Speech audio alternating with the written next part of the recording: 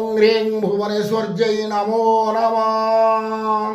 आपणक पुओ विभागर हो पारुना बारंबार भांगी जाऊँगी प्रस्ताव आसुना आसिले भी हो पारुना बयस हो गला गड़ी जाऊँगी विवाहर समय ताहले गोटे सरल प्रयोग करंतु कौन सी मास शुक्ल पक्ष चतुर्थी तिथिर प्राप्त समय आपण घरे प्रयोग करंतु गोटे लाल कपड़ा पकातु गणेश भगवान को स्थापन करंतु दीप लगातु धूप दीप नैवेद्य दे उपचार पूजा करंतु गणेश भगवान को पूजा कर सारा पर 108 खंड हलदी द्वारा सूतारे गोटे माला तैयारी करंतु एवं माला कर सारी आपण पुओ नाम संकल्प करंतु कर सारी माला हलदी माला को गणेश बेकरे माला कर पिंधे दिंतु देखिए निश्चित प्रस्ताव आसो 21 दिन पर विवाह हो भल जगार यह तंत्र शास्त्र रे निर्देश रही।